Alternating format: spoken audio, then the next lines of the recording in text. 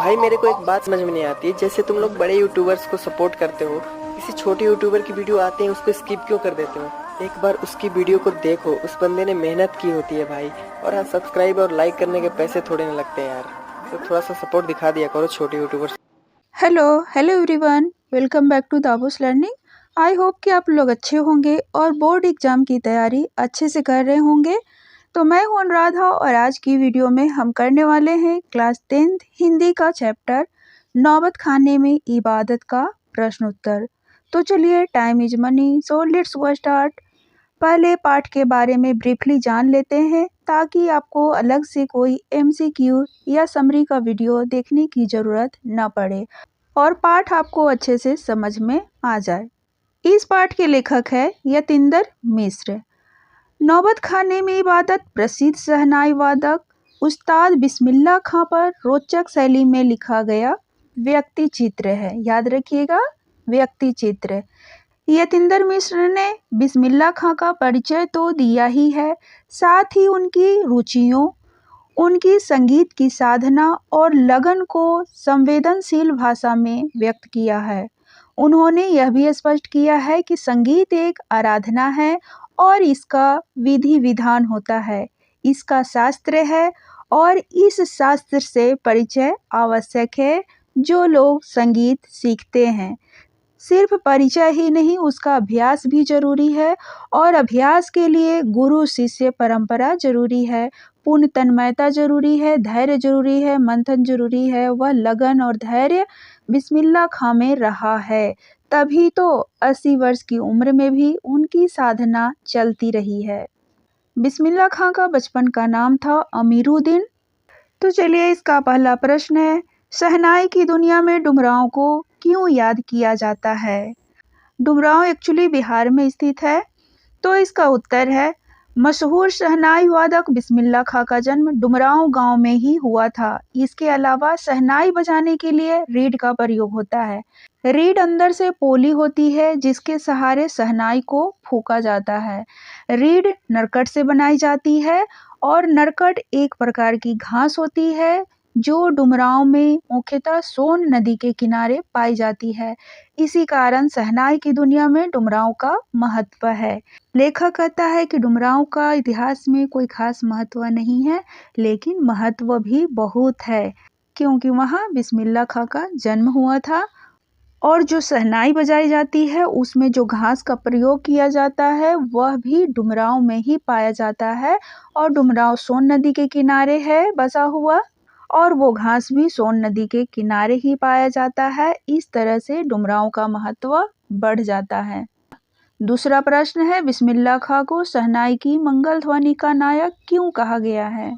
चूंकि शहनाई मांगलिक और शुभ अवसरों पर ही बजाया जाता है, तो इसका उत्तर है, शहनाई ऐसा वाद्य है जिसे मांगलिक अवसरों पर ही बजाया जाता है। उस्ताद बिस्मिल्लाह खां शहनाई वादन के क्षेत्र में अद्वितीय स्थान रखते हैं। इन्हीं कारणों की वजह से बिस्मिल्लाह खां को शहनाई की मंगल ध्वनि का नायक कहा गया है। यहाँ पर थोड़ा सा प्रिंटिंग मिस्टेक है, तो यहाँ पर सुधारिए कि नायक कहा गया है। ओके। तीसरा प्रश्न है, सुशिर वाद्यों से क्या अभिप्राय है? शहनाई को सुशिर वाद्यों में शाह की उपाधि क्यों दी गई होगी? तो इसका उत्तर है, सुशिर वाद्यों से अभिप्राय है फूंक कर बजाया जाने वाला वाद्य। अब यहाँ वाद्य भी गलत लिखा हुआ है। तो शहनाई एक अत्यंत मधुर स्वर उत्पन्न करने वाला वाद्य है। फूंक कर बजाए जाने वाले वाद्यों में कोई भी वाद्य ऐसा नहीं है जिसके स्वर में इतनी मधुरता हो। शहनाई में समस्त राग रागनियों को आकर्षक सुरों में बांधा जा सकता है, इसलिए शहनाई की तुलना में अन्य कोई सुशिर वाद्य नहीं टिकता और शहनाई को सुशिर वाद्यों के शाह की उपाधि दी गई होगी। एक्चुअली बच्चों, 16वीं शताब्दी में अकबर के दरबार में तानसेन नाम के एक बहुत बड़े संगीतज्ञ रहते थे।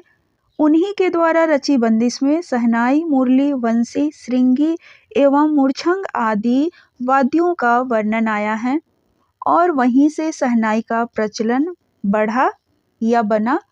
और फिर अवधी के पारंपरिक लोकगीतों एवं चैती में शहनाई का उल्लेख बार बार मिलता है। चूँकि शहनाई मांगलिक विधि विधानों के अवसर पर ही गाया जाता है और शहनाई की तुलना दक्षिण भारत के मंगल वाद्य नागस्वरम से की जा सकती है। यह शहनाई और नागस्वरम एक दूसरे से मिलते जुलते वाद्य यंत्र हैं। अब अगला प्रश्न है, आशय स्पष्ट कीजिए। क है, फटा सुर न बख्शें। लुंगिया का क्या है? आज फटी है तो कल सी जाएगी। अब इसका मतलब है, यहाँ बिस्मिल्लाह खां ने सूर तथा कपड़े धन दौलत से तुलना करते हुए सूर को अधिक मूल्यवान बताया है, क्योंकि कपड़ा यदि एक बार फट जाए तो दोबारा सिल देने से ठीक हो सकता है, परंतु किसी का फटा हुआ सूर कभी ठीक नहीं हो सकता है और उनकी पहचान सूरों से ही थी। इसलिए वह यह प्रार्थना करते हैं कि ईश्वर उन्हें अच्छा कपड़ा अर्थात धन दौलत दे या न दे, लेकिन अच्छा सूर अवश्य दें, यानी कि उनकी शहनाई की जो आवाज़ है वह मधुर बनी रहे। दूसरा है, मेरे मालिक सूर बख्श दे। सूर में वह तासीर पैदा कर कि आँखों से सच्चे मोती की तरह अनगढ़ आंसू निकल आएं। उत्तर है, बिस्मिल्लाह खां पांचों वक्त नमाज के बाद खुदा से सच्चा सूर पाने की प्रार्थना करते थे। वे खुदा से कहते थे कि उन्हें इतना प्रभावशाली सच्चा सूर दे और उन्हें सुरों में दिल को छूने वाली ताकत बख्शे। उनके शहनाई के स्वर आत्मा तक प्रवेश करे और उसे सुनने वालों की आंखों से सच्चे मोती की तरह आंसू निकल जाए। यही उनके सूर की कामयाबी होगी। लेखक कहता है कि बिस्मिल्लाह खां नमाज में अपने खुदा से धन दौलत न मांगकर सुर की बख्शिश मांगते हैं। अब पांचवा प्रश्न है, काशी में हो रहे कौन से परिवर्तन बिस्मिल्लाह खां को व्यथित करते थे? तो बच्चों, परिवर्तन तो संसार का नियम है। हम अपने बचपन से लेकर बड़े होने तक पता नहीं कितने परिवर्तन अपने घर में ही देख रहे होते हैं, है ना? तो उत्तर है, काशी से बहुत सी परंपराएं लुप्त हो गई हैं। संगीत, साहित्य और अदब की परंपरा में धीरे धीरे कमी आ गई है। अब काशी से धर्म की प्रतिष्ठा भी लुप्त होती जा रही है। वहाँ हिंदू और मुसलमानों में पहले जैसा भाईचारा नहीं है। पहले काशी खान पान की चीज़ों के लिए विख्यात हुआ करता था, परंतु अब उनमें परिवर्तन हुए हैं। काशी की इन सभी लुप्त होती परंपराओं के कारण बिस्मिल्लाह खां दुखी थे। चूँकि बिस्मिल्लाह खां अपने बचपन में मलाई बर्फ़ बहुत खाते थे और धीरे धीरे क्या होता है कि मलाई बर्फ़ की विदाई हो चुकी होती है, उसकी जगह तरह तरह के आइसक्रीम आ जाते हैं और यही कमी खां साहब को बहुत खलती है। वह कहते हैं कि अब देसी घी में वह बात कहाँ और कहाँ वह कचौड़ी जलेबी। खां साहब को बड़ी शिद्दत से यह कमी खलती है। खां साहब बहुत अफसोस जताते हैं कि अब संगतियों के लिए गायकों के मन में कोई आदर नहीं रहा।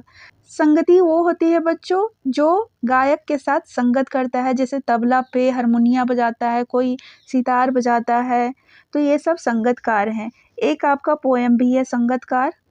तो काशी में ये सारी परंपराएं जो लुप्त होती जा रही हैं, उसकी कमी उनको खलती है।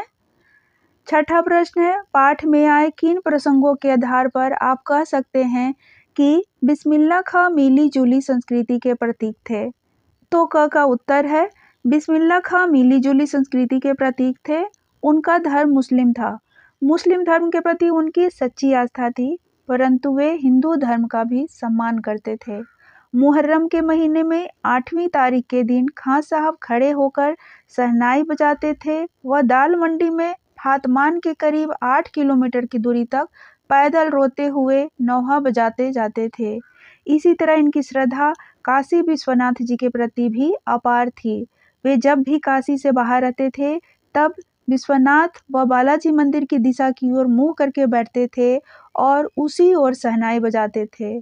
वे अक्सर कहा करते थे कि काशी छोड़कर कहाँ जाएं, गंगा मैया यहाँ, बाबा विश्वनाथ यहाँ, बालाजी का मंदिर यहाँ, मरते दम तक न यह शहनाई छूटेगी न काशी।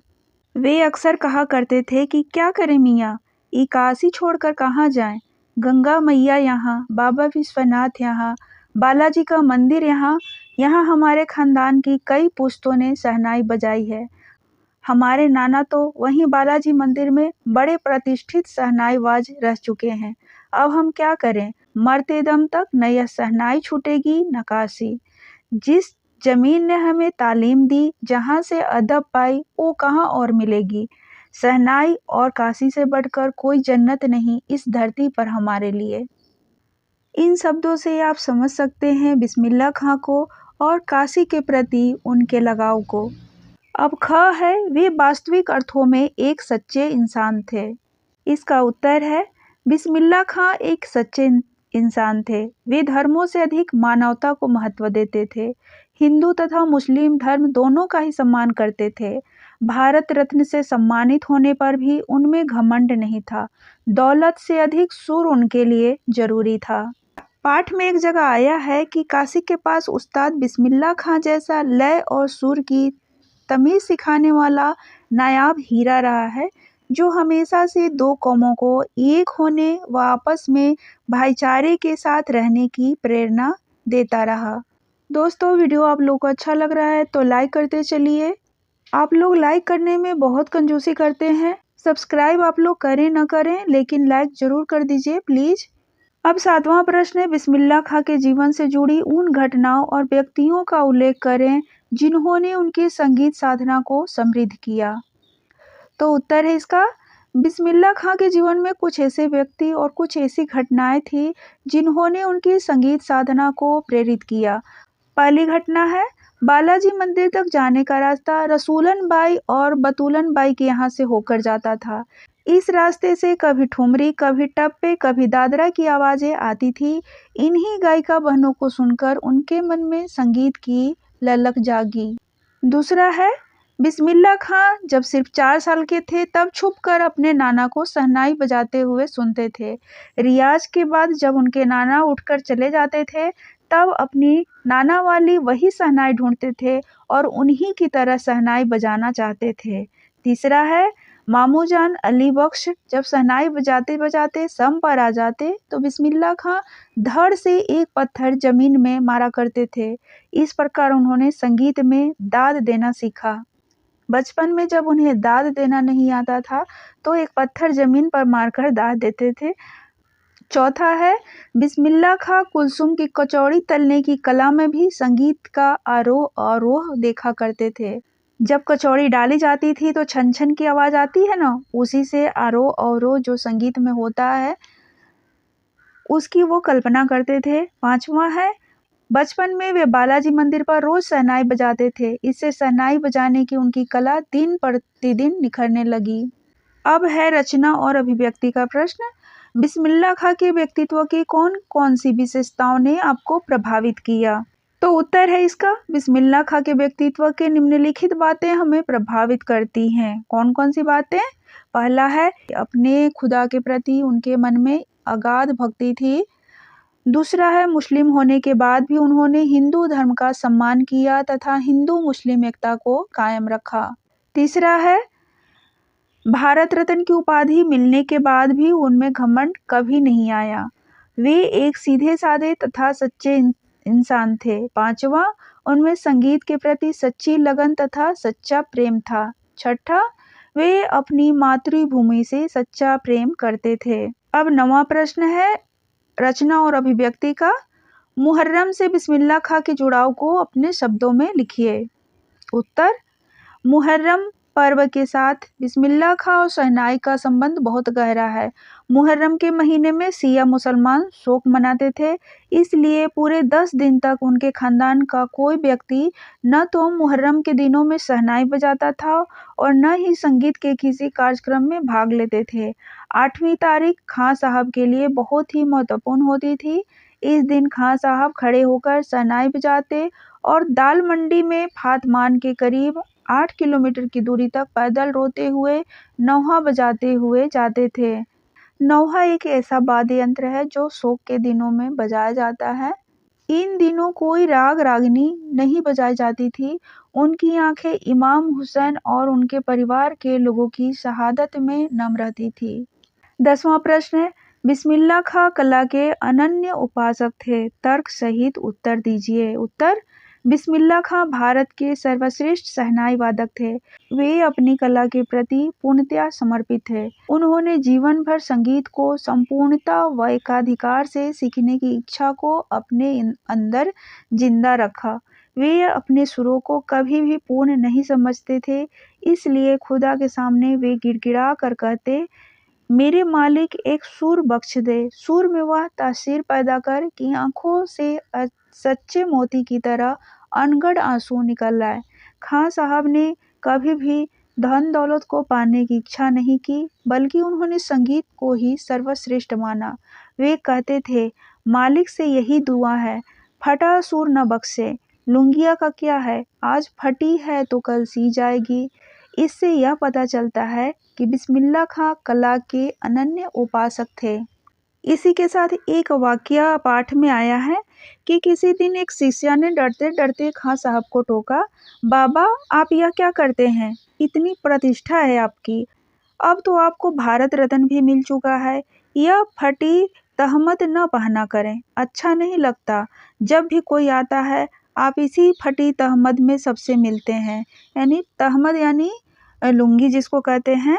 खां साहब मुस्कुराए, लाड़ से भरकर बोले, धत पगली, ये भारत रत्न हमको सहनैया पे मिला है, लुंगिया पे नहीं। तुम लोगों की तरह बनाव सिंगार देखते रहते तो उम्र ही बीत जाती, हो चुकी सहनाई, तब क्या खाक रियाज हो पाता। ठीक है बिटिया, आगे से नहीं पहनेंगे, मगर इतना बता देते हैं कि मालिक से यही दुआ है, फटा सूर न बख्शे। लुंगिया का क्या है, आज फटी है तो कल सी जाएगी। अब आता है भाषा अध्ययन का प्रश्न। यहाँ पर कुछ मिश्र वाक्य दिए गए हैं, इसमें से उपवाक्य आपको छांट कर लिखना है। तो पहला है, यह जरूर है कि शहनाई और डुमराव एक दूसरे के लिए उपयोगी हैं। तो इसका उत्तर है, शहनाई और डुमराव एक दूसरे के लिए उपयोगी हैं। संज्ञा आश्रित उपवाक्य है, शहनाई और डुमराव दोनों चूंकि नाम है तो यह संज्ञा हो गया, तो यह इसका उपवाक्य हुआ। दूसरा है, रीढ़ अंदर से पोली होती है जिसके सहारे शहनाई को फूंका जाता है। इसका उत्तर है, जिसके सहारे शहनाई को फूंका जाता है। विशेषण आश्रित उपवाक्य, रीढ़ के सहारे शहनाई को फूंका जाता है। रीढ़ जो है शहनाई की विशेषता को बता रहा है, तो इसीलिए विशेषण आश्रित उपवाक्य। तीसरा है, रीढ़ नरकट से बनाई जाती है जो डुमरांव में मुख्यतः सोन नदी के किनारों पर पाई जाती है। तो इसका उपवाक्य है, जो डुमरांव में मुख्यतः सोन नदी के किनारों पर पाई जाती है। यह डुमरांव की विशेषता को बता रहा है, इसलिए विशेषण आधारित उपवाक्य। घ है, उनको यकीन है कभी खुदा यूं ही उन पर मेहरबान होगा। तो इसमें उपवाक्य है, कभी खुदा यूं ही उन पर मेहरबान होगा। हिरन अपनी ही महक से परेशान होकर पूरे जंगल में उस वरदान को खोजता है जिसकी गमक उसी में समाई है। तो इसका उपवाक्य है, जिसकी गमक उसी में समाई है। खां साहब की सबसे बड़ी देन हमें यही है कि पूरे 80 बरस उन्होंने संगीत को संपूर्णता व एकाधिकार से सीखने की जिजीविषा को अपने भीतर जिंदा रखा। जिजीविषा मीन्स होता है ललक, जीने की इच्छा। तो इसमें उपवाक्य है, पूरे 80 बरस उन्होंने संगीत को संपूर्णता व एकाधिकार से सीखने की जिजीविषा को अपने भीतर जिंदा रखा। अब भाषा का अगला प्रश्न है कि जो वाक्य दिए गए हैं यहाँ पर, उन वाक्यों को मिश्रित वाक्यों में बदलना है। पहला वाक्य है, इसी बाल सुलभ हंसी में कई यादें बंद हैं। इसको आपको दो वाक्य बनाने हैं, जिसको मिश्र वाक्य कहते हैं। तो लिखेंगे, यह वही बाल सुलभ हंसी है जिसमें कई यादें बंद हैं। इसमें दो वाक्य हो गया, यह वही बाल सुलभ हंसी है, फिर उसके बाद जिसमें कई यादें बंद हैं। दूसरा है, काशी में संगीत आयोजन की एक प्राचीन एवं अद्भुत परंपरा है। तो इसका उत्तर होगा, काशी में संगीत का आयोजन होता है जो कि एक प्राचीन एवं अद्भुत परंपरा है। ग है, पगली ये भारत रत्न हमको सहनैया पे मिला है, लुंगिया पे नहीं। अब देखिए इसको बनाएंगे, धत पगली ये भारत रत्न हमको लुंगिया पे नहीं सहनैया पे मिला है। दो वाक्य हो गए, एक तो ये और दूसरा ये। घ है, काशी का नायाब हीरा हमेशा से दो कौमों को एक होकर आपस में भाईचारे के साथ रहने की प्रेरणा देता रहा। इसका उत्तर है, यह जो काशी का नायाब हीरा है वह हमेशा से दो कौमों को एक होकर आपस में भाईचारे के साथ रहने की प्रेरणा देता रहा। एक तो ये वाला वाक्य हो गया और दूसरा ये। तो यह था नौबत खाने में इबादत पाठ के सभी प्रश्नों का उत्तर। आशा है वीडियो आपको अच्छा लगा होगा। अच्छा लगा है तो लाइक ज़रूर कीजिए, शेयर कीजिए और अच्छा नहीं लगा तो कमेंट कीजिए कि आपको क्यों नहीं लगा। तो मिलते हैं किसी नई वीडियो में, तब तक के लिए गुड बाय।